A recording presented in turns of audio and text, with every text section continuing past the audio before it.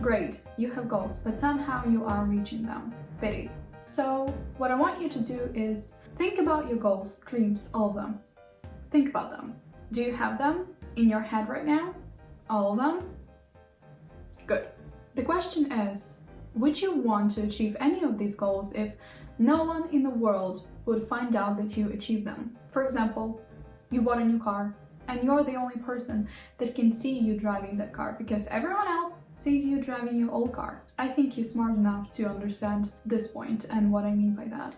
Did you get this point? You know, it doesn't matter if you did. You still should continue watching this video. The less goals you have, the better. Listen, I know we constantly feel like we are all behind because of social media and everyone is writing their book, open the business, making that and that and that and blah blah blah blah blah.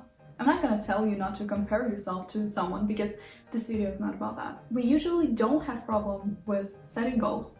We have problem with selecting goals. And that's my question to you at the beginning of this video. Because when we see on social media people having these goals, we think, oh wow, that'd be cool if I would achieve that too. And that is how you pile up all these lists of New Year's resolution, which is page long or even more, and you know where to start. And well, your focus is all around the place and you cannot focus on one thing because 90% of those goals you have on your New Year's resolution are totally rubbish. Sorry to break it to you. As James Clear wrote, what we need is not a bigger goal, but better focus.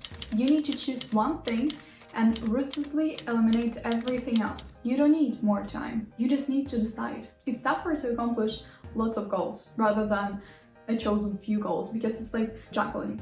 And most of us don't know how to juggle. And also when you have like a lot of goals, you don't give enough attention to each of them and your focus is all around the place. And as a result, you don't accomplish any of those goals well. So you figure out one or two goals you want to put your entire focus on, right? Then ask yourself the question, are you willing to suffer the pain that comes with achieving this goal? Or as Mark Manson put it, what shit sandwich are you willing to eat? Because eventually we all get served one. Wait, are you writing it down?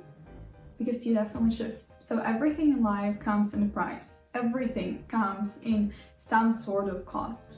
But with what struggle are you willing to live with?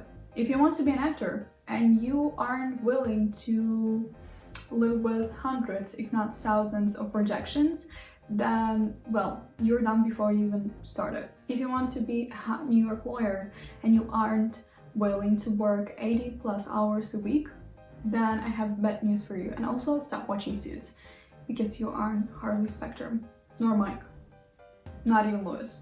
Specific plan equals more likely to stick to goals. According to researchers, you are 2 to 3 times more likely to stick to a goal if you make a specific plan for when, where, after what, before what, and how will you perform the behavior. For example, in one study, scientists asked people to fill out the sentence. During the next week, I will partake in at least 20 minutes of vigorous exercise on brackets day, at time of the day, at in place. And what they found out is the people who filled out these sentences were 2 times to 3 times more likely to stick to the goals of, in this case, exercising than those who didn't. Making a specific plan, like for example in this exercise to write it in a sentence before and after what place, not only helps you to, I don't know, work out and as in this case, but also stop smoking and all the bad habits or the good habits you want to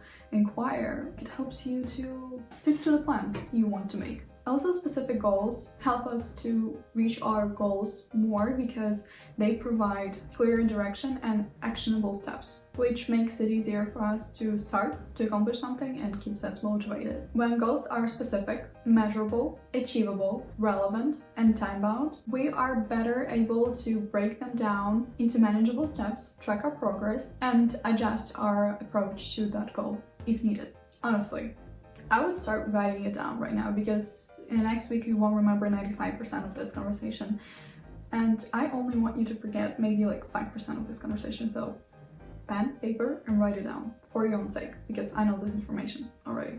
The best thing you can do to achieve your goals is to not have goals.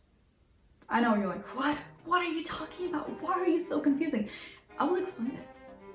You have to convert your goals into habits. As Mark Manson wrote, goals are one-time bargain. They are spending mindset. This is why you see so many people on January the 1st in gym, and almost never you see those same people in the months of February, because New Year is the time when we all want to change life, when we all write this New Year's resolution, when we put all these like crazy goals, and those people have the drive to go to the gym, to get gym membership and go to the gym. And the first time they went there on January the 1st, they were excited, actually motivated.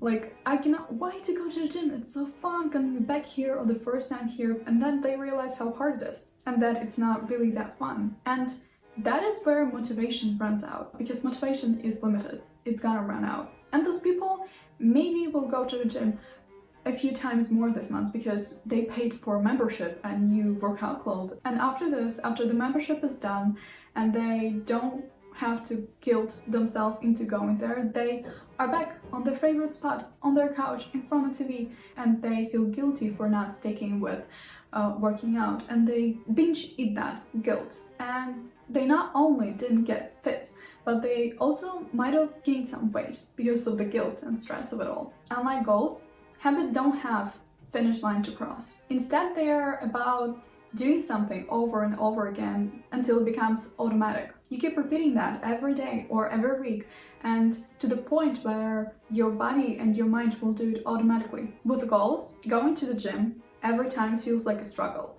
With habits, skipping gym will be a hard part because going to the gym feels like a breeze. So the best investment you can make for yourself is to start building habits from goals you have, because it's easier for our mind to comprehend this little actions day by day than this dream big goal.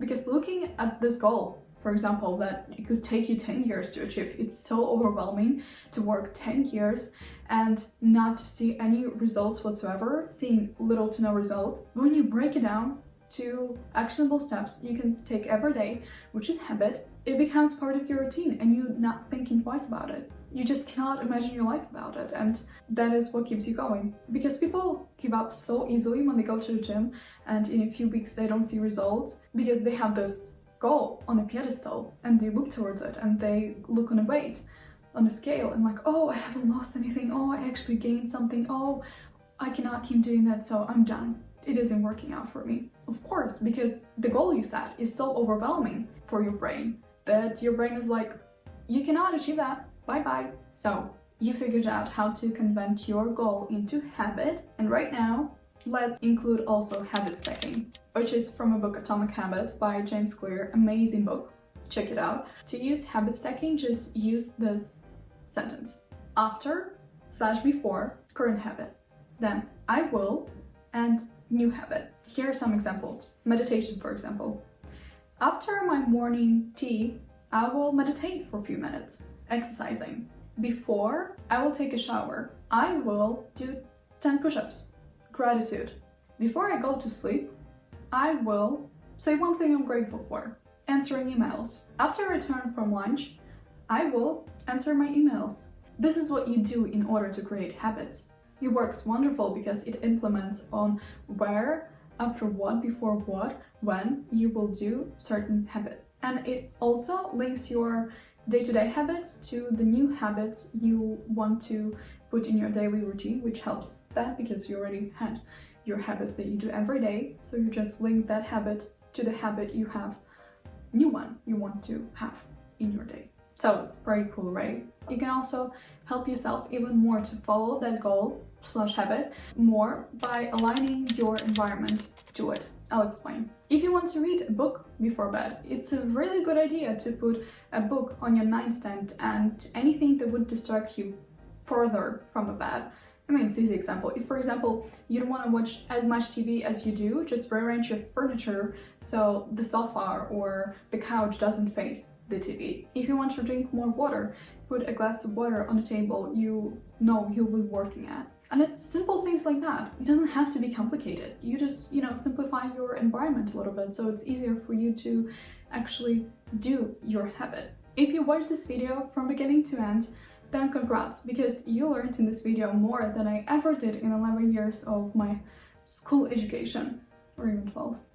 Share this video to your friend, girlfriend, boyfriend, family member, anyone you know, because everyone has goals and everyone will benefit from this video. But if you have no girlfriend or boyfriend or friend or anyone to send it to and you feel lonely about it, or you feel lonely in a group of people, or you feel lonely alone, then don't worry, because I made a video about it also last week, so you can check it out.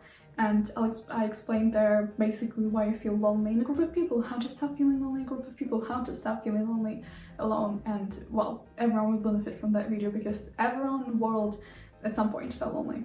So that's all. Love you. Bye.